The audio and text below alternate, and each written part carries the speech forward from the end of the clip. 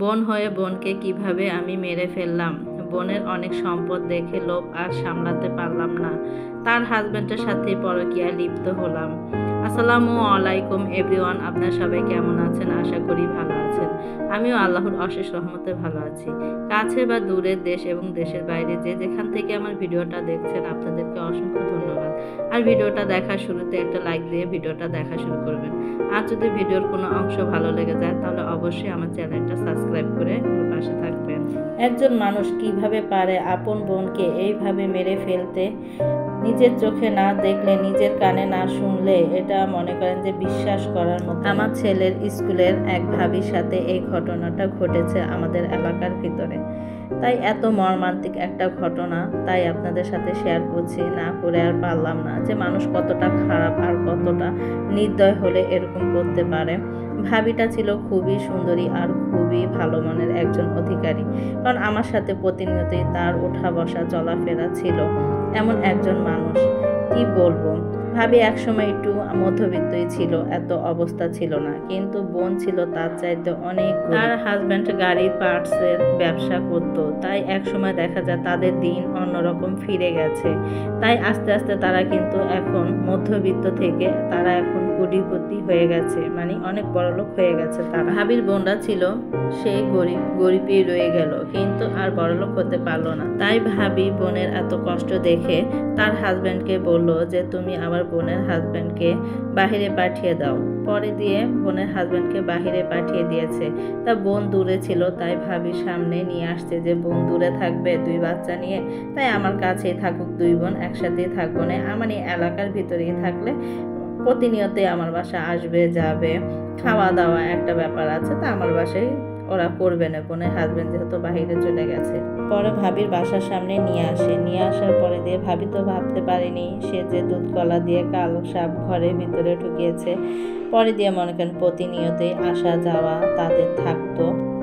ভাবির হাজবেন্ডের সাথে তার কিন্তু একটা ভালোই মনে করেন কথাবার্তা চলাফেরা অন্যরকম হয়ে যায়, মানে খুব ফ্রিলি ভাবে তারা চলাফেরা করে, কিন্তু ভাবি তো আর বুঝতে পারেনি যে এত ফ্রিলি কেন, কারণ ভাবি ভালো মনের একটা মানুষ, সে তো আর বুঝতে পারেনি তার বোন যে তার এত বড় একটা ক্ষতি করবে।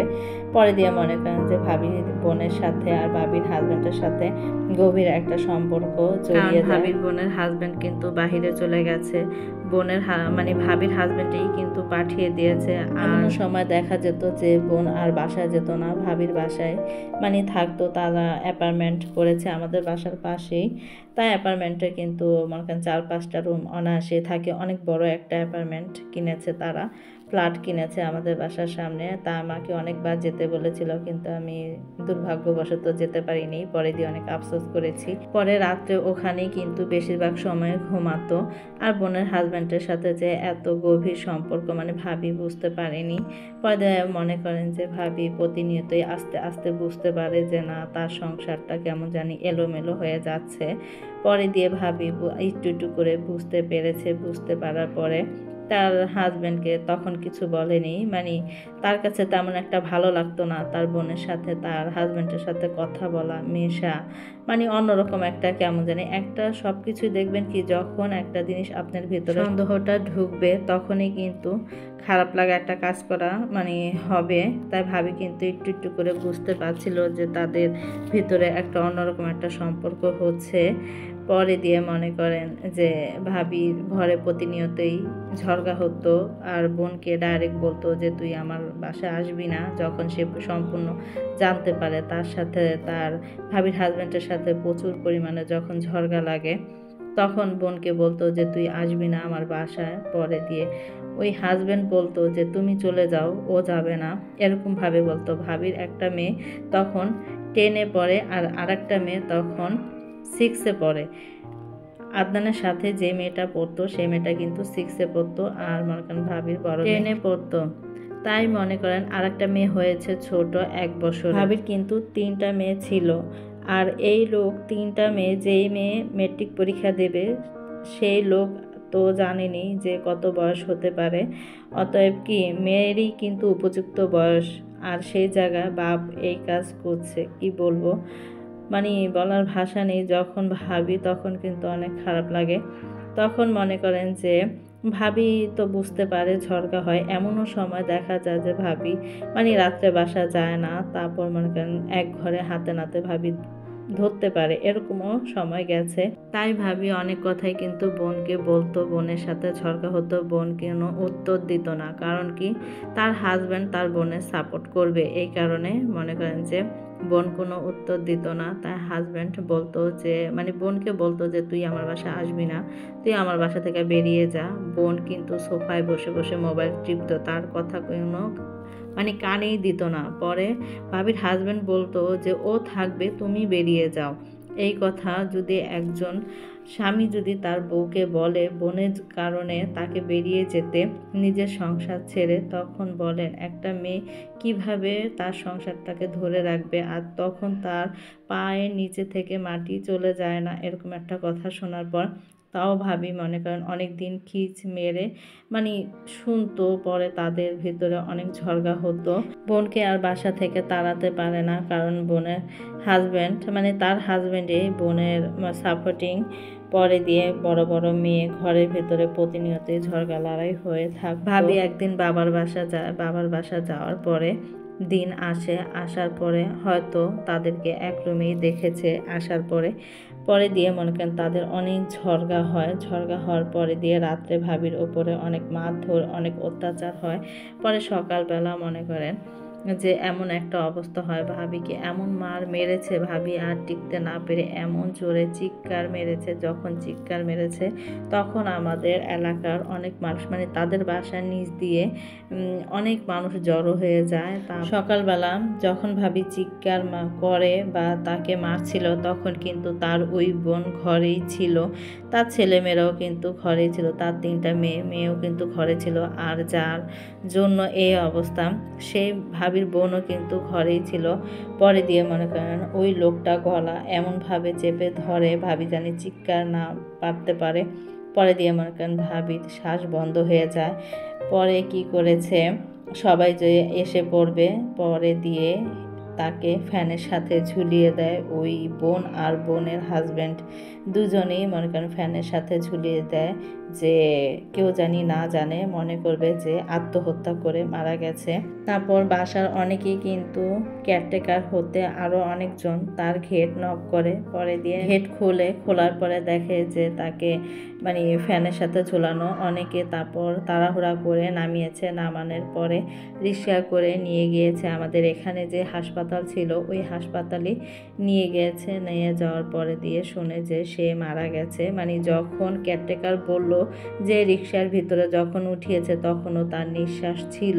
তারপরে দিয়েই ওই কেয়ারটেকারের মাথায় ঘাড়ে কাত রেখেই নাকি মারা গিয়েছে। তা শুনে অনেক কষ্ট লেগেছে। কি বলবো যে বোন হয়ে কিভাবে বোনের এত বড় সর্বনাশ করতে পারে। একটা জানোয়ার আর একটা পশু না হলে এই জিনিসটা করতে পারে না। তা আমি যেই বিল্ডিংয়ে থাকি সেই বিল্ডিং থেকে কিন্তু ভাবির বাসা দেখা যায়। ভাবি 7 তলা থাকে, তাদের অ্যাপার্টমেন্ট বিশাল। তার মনের মতো করে বাড়িটা করেছে। যখন ভাবি আমাদের বাসায় পিসের এলাকা থাকতো, যখন আমার ছেলের সাথে তার মেয়ে কিন্ডারগার্টেনে পড়তো, আর পরে দিয়ে কিন্তু আমাদের এলাকায় অ্যাপার্টমেন্ট কিনে এসে পড়েছে। ভাবি যখন নতুন ফ্ল্যাট কিনে তখন কিন্তু ভাবির মন মতো ডেকোরেশন করিয়েছে। তাই ভাবি কিন্তু প্রতিদিনই আসতো, আর আমি বিকেলবেলা একটু বের হতাম নিচে, কারণ আদনান খেলতো, আমি কিন্তু ওর সাথে বের হতাম। পরে দিয়ে ভাবি বলতো যে ভাবি আসেন আমাদের বাসায়, আসলে ভালো লাগবে, আমি আমার মন মতো করে ফ্ল্যাটটা করছি, আপনি দেখেন একটু, আমার সাথে আসেন, আমি তো যাচ্ছি। পরে আমি ভাবিকে বলতাম যে ভাবি যাব, আপনি আগে করেন, পরে দিয়ে মনে করেন যখন আপনার ফ্ল্যাট পুরো কমপ্লিট হয়ে যাবে, আপনি বাসায় উঠবেন, তখন আমি যাব। ভাবিকে এগুলো বলতাম। তারপর দিয়ে মনে করেন ভাবি তো এসে পড়েছে প্রায় 1 বছর 1.5 বছর, আরও বেশি হবে, 2 বছরের মতো হবে। কিন্তু আমাকে দেখলে ভাবি বলতো ভাবি আপনি কিন্তু গেলেন না। আমি বলতাম যে হ্যাঁ ভাবি, একদিন আমি যাব আপনার বাসায়, কিন্তু যাব বলে আর যাওয়া হয় না।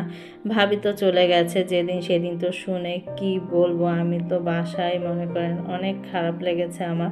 আমি দৌড়িয়ে তাদের বাসায় যখন যেতে চাই তখন মনে করেন কেয়ারটেকার আমাকে আবার চিনে আমাকে বলছিল যে ভাবি এই মুহূর্তে যে না, অনেক পুলিশ আসছে, সমস্যা মনে করেন অনেক তদন্ত করছে, না যাওয়াটাই ভালো, আপনি আমার পরিচিত মানুষ দেখে আপনাকে আমি বলে দিলাম।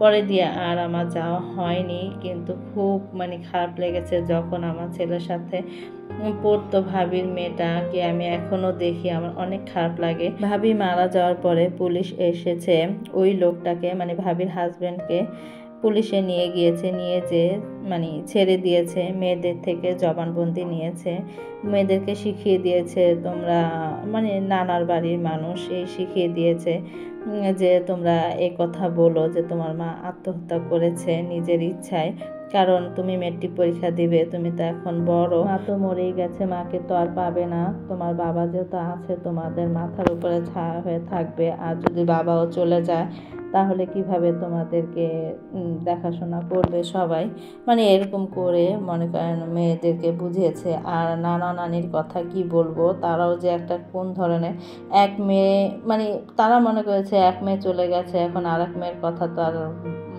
বলে লাভ নেই, তাই তারাও প্রচার করেছে যে ঝগড়া হয়েছে স্বামী স্ত্রী, তাই মেয়ে মারা গেছে। তারপর পুলিশরা ছেড়ে দিয়েছে ওই লোকটাকে, আর তার কোনো বিচারই হয়নি।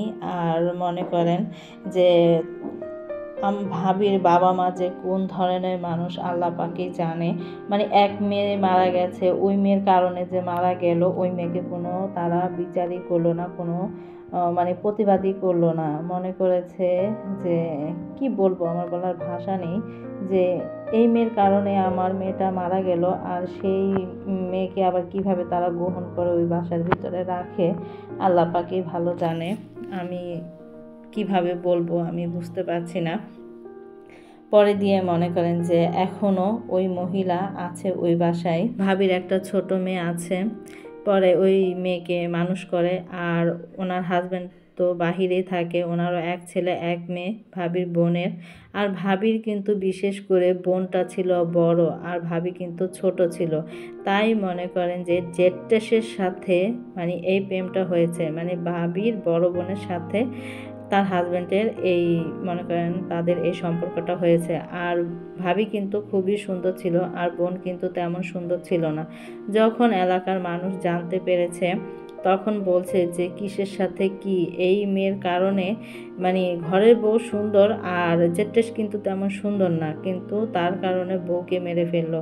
তা দেখেন, মানুষ যখন পরকিয়া করে তখন নিজের সুন্দরীর বউকেও কিন্তু ভুলে যায়। ভাবি কিন্তু অনেক সুন্দর ছিল, আর একটা মনে করেন মুখে একটা হাসি থাকতো, সব সময় হেসে থাকতো, তার কথা আর তার মনে করেন চেহারাটা আমার প্রতিনিয়তই ভাসে। ভাবি তো মারাই গেছে, বোন কিন্তু তার বাড়ি ঘর মনে করেন যে বাসা আগে ভাড়া থাকতো সেই বাসা ছেড়ে এখন মনে করেন ওই ভাবির বাসায় কিন্তু ভাবি জায়গা নিয়ে এখন ওই বোন থাকে। দেখেন, পৃথিবী মনে করেন নিষ্ঠুর একটা কি বলবো পরিস্থিতি এরকম হয়েছে, ভাবি যে জায়গা থাকার কথা সেই জায়গা ভাবি নেই, ভাবির বোন এখন থাকছে।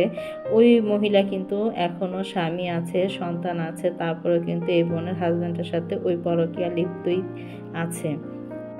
ভাবি যেহেতু এই কারণে মারা গেছে, সেই বোন আবার ওই বাসায়, তার ভাবির বাবা মা যে কেমন আল্লাহ পাক ছাড়া কেউ জানে না, ওই বোনকে ওই বাসায় রেখে দিয়েছে। যখন ভাবিরা আগের বাসা যে বাসা ভাড়া থাকতো ওই বাসা ভাড়াটিয়াদের সাথে তাদের কিন্তু একটা ভালো একটা সম্পর্ক হয়ে যায়, তখন ভাবি কিন্তু এখনো মাঝে মাঝে যায়, যাওয়ার পরে ওই মেয়েদের সাথে কথা বলতে দেয় না বাবা, তারপর ওই খালা কথা বলতে দেয় না, কারণ কথা বললে তো অনেক কথা বলে ফেলবে, তাই মনে করেন ওদেরকে সরিয়ে সরিয়ে রাখে। এখনও কিন্তু তারা মনে করেন একসাথে এক এক জায়গায় যায় আসে, ওঠা বসা, লোকটার টাকা পয়সা আছে দেখে তারপর আবার ভাবির বাবার বাড়ির মানুষও কোনো পদক্ষেপ নেয়নি। তার এক মেয়ে গেছে, মনে করেছে এখন যে যাওয়া সে তো গিয়ে চলেই গেছে, এখন আরেক মেয়ে আছে, অন্যজনা সংসার করবে কেন, ওর কারণে মেয়ে মারা গেছে, ওই সংসার করুক, এরকম একটা তাদের নিয়ত মনে হয়। আমার কাছে মনে হয় কি বলবো, আমি যখন দেখি তখন আমার দুজনকে দেখলেই আমার মনে হয় কি তাদের গলাটা টিপে ধরি, এরকম একটা অবস্থা। আমি যখন দেখি আমি সহ্য করতে পারি না, আমি অন্যদিকে মুখ ঘুরিয়ে চলে যাই। অমানুষ কোথাকার, মানে এরকম একটা মনের ভিতর একটা জিদ লাগে যে ভাবি এত ভালো একটা মনের অধিকারী, এত ভালো মনের মানুষ, তার সাথে এরকম হতে পারে। মানে আমি ভাবতে পারি না, আমার কাছে খুব কষ্ট লাগে জিনিসটা, যে আমার এত কাছের মানুষের সাথে যে এত কিছু হয়ে যাবে। আর ভাবি যে কত কষ্ট নিয়ে মারা গেল, আল্লাহ পাক তাকে বেহেশত নসিব করুক, এই দোয়াই করি। আপনারা সবাই ভাবির জন্য দোয়া করবেন। তাই আপনাদের সাথে এই কথাগুলো আমি শেয়ার করলাম যে মানুষের সাথে আপন বোনকে দিয়েও এখন বর্তমান যুগে বিশ্বাস করা যায় না। পৃথিবীটা এতই মনে করেন নির্মম হয়ে গেছে। আল্লাহ পাক সবাইকে হেদায়েত দান করুক, সবাইকে আল্লাহ ভালো রাখুক। আপনারা যখন নামাজ পড়বেন আপু ভাইরা, তখন ভাবির জন্য একটু দোয়া করেন। ভাবির বাচ্চারা জানি ভালো থাকে এবং ভাবিও জানি পরকালে ভালো থাকে, এটাই। আর অনেক কথাই বলে ফেললাম, ইমোশনাল হয়ে গেছি। আপন বোনকে দিয়েও কিন্তু এখন বর্তমান যুগে বিশ্বাস করা বড়ই দায়, এখন যে যুগ। তাই ভিডিওটা আর বড় করব না। সবাই ভালো থাকবেন, সুস্থ থাকবেন। আল্লাহ হাফেজ।